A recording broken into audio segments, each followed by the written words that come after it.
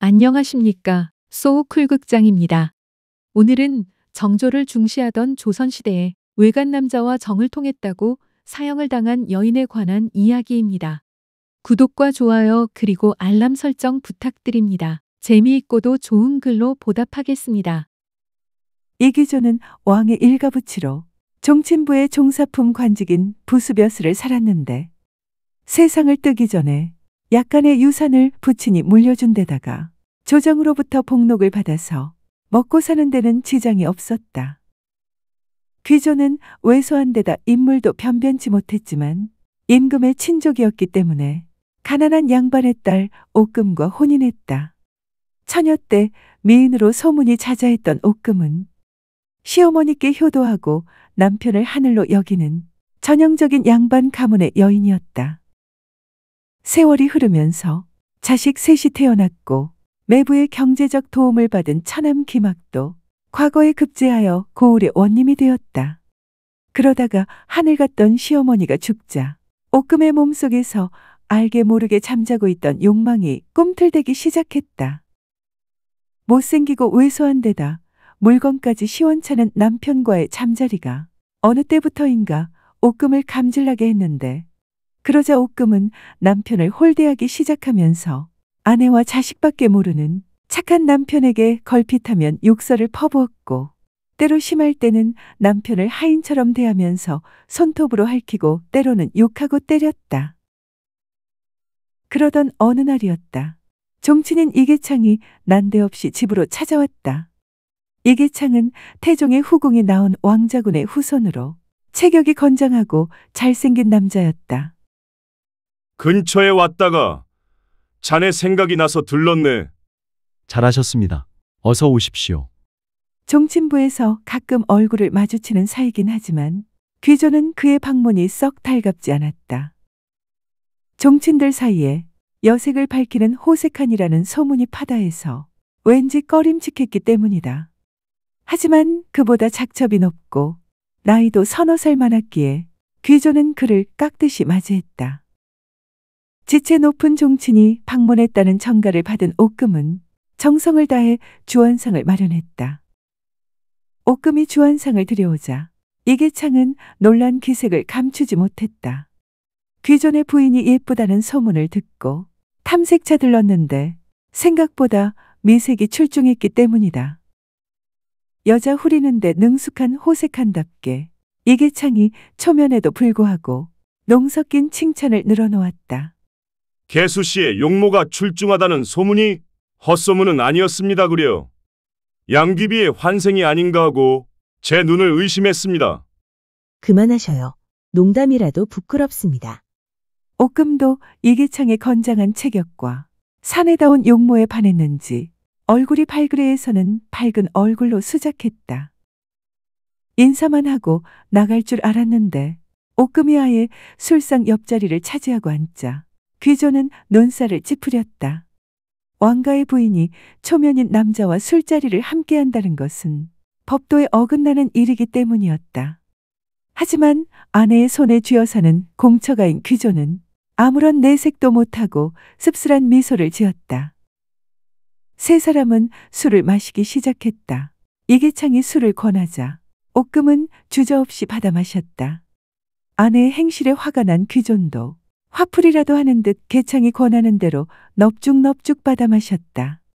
그렇게 몇 순 배돌자 술이 약한 귀조는 대취하여 잠이 들고 말았다. 얼마나 지났을까? 몸에 으슬으슬 한기가 돌아서 눈을 떴는데 방안이 말끔히 치워져 있었다. 술에 취해서 계창을 배웅하지 못한 것이 마음에 걸렸다. 부인이 손님을 잘 배웅했는지 물어보려고 내당으로 갔다. 그런데 이게 웬일인가? 방 안에서 여인의 흐느끼는 듯한 감창 소리가 새어나왔다. 놀란 귀존이 문틈으로 가만히 엿보니 아내 옥금과 종친 이계창이 한데 뒤엉켜 있었다. 부정한 짓을 저지르고 있는 그들을 당장 요절낼 생각으로 귀조는 부엌으로 뛰어가서 식칼을 집어들었다. 방으로 가던 귀조는 발길을 멈추고 말았다. 큰아이의 글 읽는 소리가 낭낭하게 들려왔기 때문이다. 문득 아직 10살도 안 된 새아이의 얼굴이 떠올랐다. 내가 음탕한 짓을 저지르고 있는 저들을 죽인다면 우리 아이들은 어떻게 될까? 퍼뜩 이런 생각이 떠오르자 귀조는 식칼을 내던지고 사랑으로 발길을 돌렸다. 하지만 아내와 이계창이 거친 숨을 내쉬며 서로의 몸을 탐닉하고 있는 모습이 자꾸만 아른거려 미칠 것 같았다. 다음 날부터 아내 옥금의 얼굴에 생기가 돌았다. 걸핏하면 짜증을 부리던 아내가 귀존이 종친부에 출근할 때마다 조복을 챙겨주고 대문까지 배웅했다. 서둘러 남편을 내보내고 계창을 끌어들여 음욕을 채우기 위해서였다. 아내의 그 속을 어찌 모르겠는가. 그날 이후 귀조는 내당의 발길을 끊었다. 아내 옥금이 계창의 품에 안겨있는 모습이 자꾸 눈앞에 아른거렸지만 어린 자식들을 떠올리며 견뎠다. 그 즈음 아내와 계창의 부정에 관한 세상의 소문을 듣고 처남이 찾아왔지만 귀조는 애써 무시했다. 귀존도 칠거지약에 해당하는 죄를 저지른 아내를 당장 내쫓고 싶었다. 하지만 그렇게 하지 못한 것은 종친으로서의 기득권을 잃는 것이 두려웠기 때문이다. 얼마 뒤 귀조는 절친한 종친의 생일잔치에 초대받았다. 촌수로 따지면 육촌 형님뻘 되는 종친이었다. 그의 집에 당도하니 8촌 형님뻘 되는 종친도 와 있었다. 귀조는 두 형님과 더불어 주거니 받거니 술을 마셨다. 술이 약한 그가 취기를 보이자 집주인이 조심스럽게 말을 꺼냈다. 여보게 아우, 내 엊그제 괴이한 소문을 들었다네. 귀존이 대꾸 없이 개슴츠레한 눈으로 쳐다보았다. 육촌 형님이 술잔을 들어 입술을 축이고 다시 말을 이었다. 개창이란 놈이 개수 씨와 운우의 정을 나눴다고 떠들고 다닌다더군. 개수 씨의 용모가 출중하니 호색한인 개창이 어떻게 한번 꼬여보려고 헛소문을 퍼뜨리는 모양일세.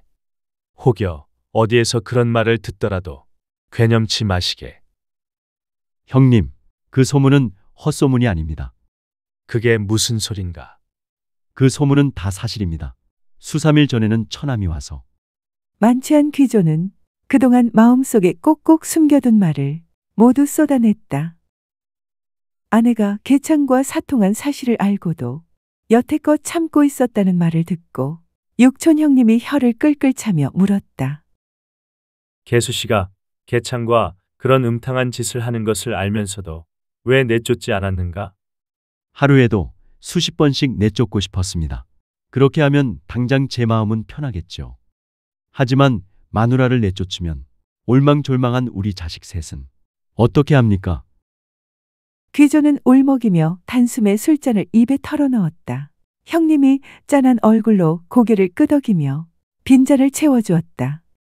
아내가 음탕한 짓을 저지른 것이 알려지면 저는 종친부에서 쫓겨날 것입니다. 그리되면 전답도 빼앗기고 자식들이 과거를 보지 못하게 될지도 모릅니다.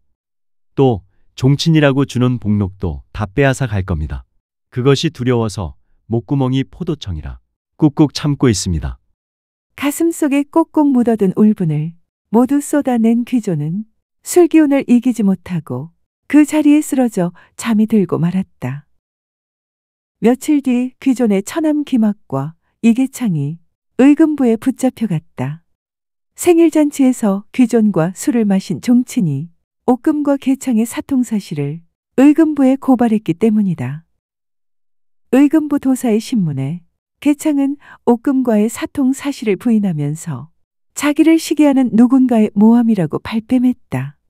그러나 옥금의 동생 김학이 알고 있는 사실을 순순히 털어놓았고 의금부 도사는 신문한 내용을 연산군에게 보고했다. 연산군은 김학을 석방하고 귀존의 부인 옥금과 사통한 계창을 조사해 사실을 명명백백히 밝혀내라고 지시했다. 의금부 도사는 곧바로 옥금과 계창을 고문해서 사통한 사실을 모두 자백받았다. 1500년 6월 11일 의금부에서는 옥금과 계창의 자백 내용을 연산군에게 보고했다. 그러면서 사통한 죄에 대한 처벌로 두 사람에게 각각 곤장 90대를 치는 것이 합당하다는 의견까지 제시했다.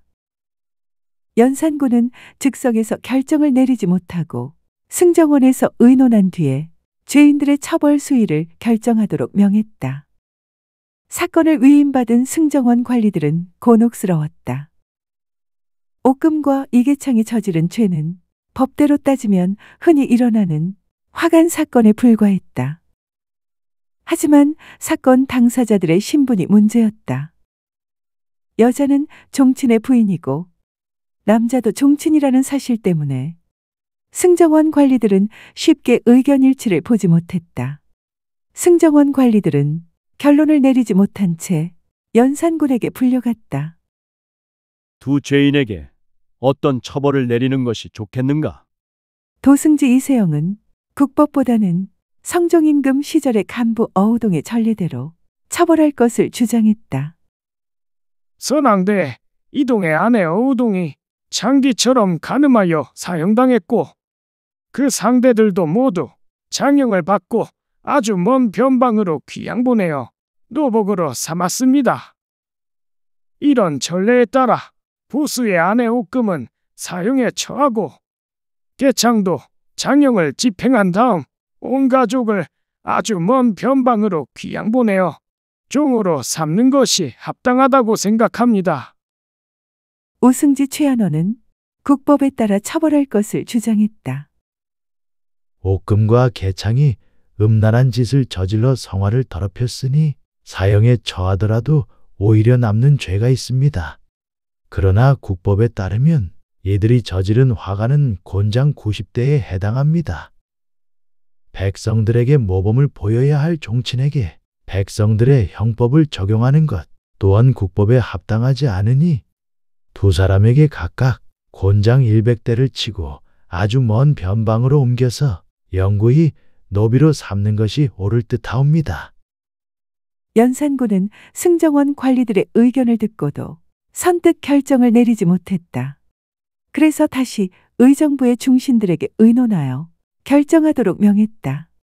따라서 옥금과 계창의 처벌은 의정부 정승들을 비롯한 원로 대신들의 손으로 넘어가게 되었다. 6월 12일 영의정 윤필상 등 원로 대신들이 연산군을 찾아갔다. 죄인들에게 어떤 처벌을 내리는 것이 좋겠소? 연산군의 물음에 영의정 윤필상이 결정 사항을 보고했다. 국법에 정해진 간통죄는 귀천의 구분 없이 장 90대에 지나지 않습니다.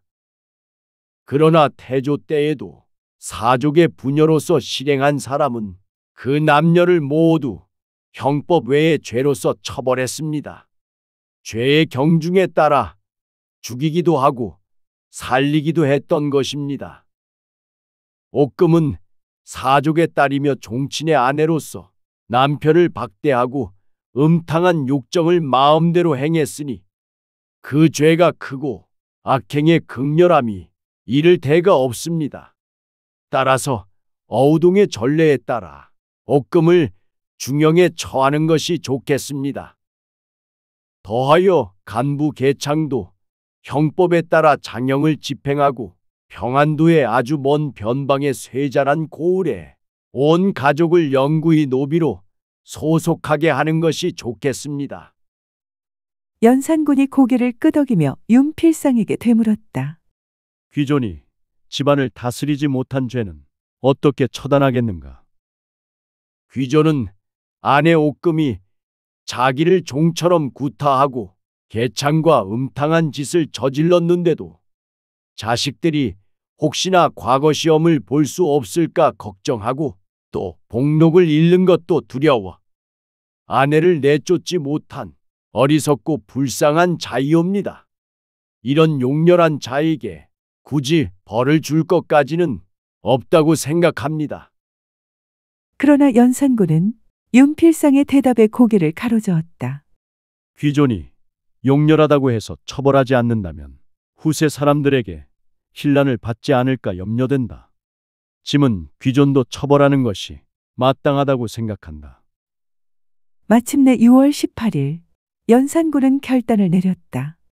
그일에 옥금은 사족의 딸이며 종실의 부인으로서 음욕을 자행하여 풍속과 교화를 어지럽게 했으니 일찍이 예의의 나라에서 이런 일이 있으리라 누가 생각했겠는가.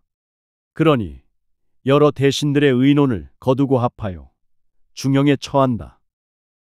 그리고 지금부터는 풍속이 바르게 될 때까지 사대부의 여자로서 삼강오륜을 더럽히는 사람이 있으면 그 간부까지 함께 사형에 처하여 풍속과 교화를 격려하리라. 옥금은 이틀 뒤인 6월 20일 교수형에 처했다. 사통 상대인 계창은 곤장 100대를 맞고 관노가 되어 노역에 처했다. 옥금의 남편 귀조는 집안을 제대로 다스리지 못했다라는 죄목으로 종친부에서 삭제되었다. 그러나 배경이 든든한 종친 계창은 6년 후인 1506년 4월에 노역에서 풀려나고 관작도 되찾았다. 귀존의 아내 옥금은 세종 때의 감동, 성종 때의 어우동과 함께 조선 초기 온 나라를 떠들썩하게 했던 3대 독부로 불린다. 조선 세종 때 평강 현감 최중기의 부인이었던 감동은 바람을 피우다 남편에게 버림받자 아예 창기를 자처하며 전 현직 관리와 간통한 죄로 처벌을 받았다. 감동은 성산문의 할아버지인 공조판서 성달생 등을 포함해 무려 40명의 남자와 간통했지만 세종은 국법대로 곤장을 쳐서 변방에 노비로 보냈다가 이듬해의 천역을 면제하여 먼 지방으로 안치했다. 그러나 성종 때의 어우동은 남편에게 누명을 쓰고 집에서 쫓겨난 뒤에 감동보다는 훨씬 적은 10여 명의 남자들과 사통한 죄로 사형을 당했다.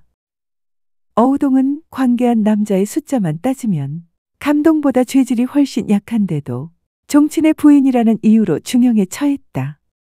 이들 두 여인에 비하면 옥금이 저지른 죄는 그야말로 세 발에 피었다. 그런데도 옥금이 사형을 당한 것은 조선 사회에 유교를 신앙처럼 받드는 살인 문화가 점차 뿌리 내리고 있다는 증거가 된다. 들어주셔서 고맙습니다. 용어풀이와 참고문헌 그리고 자료 출처는 명기만 하고 따로 읽지는 않겠습니다. 참고하시기를 바랍니다.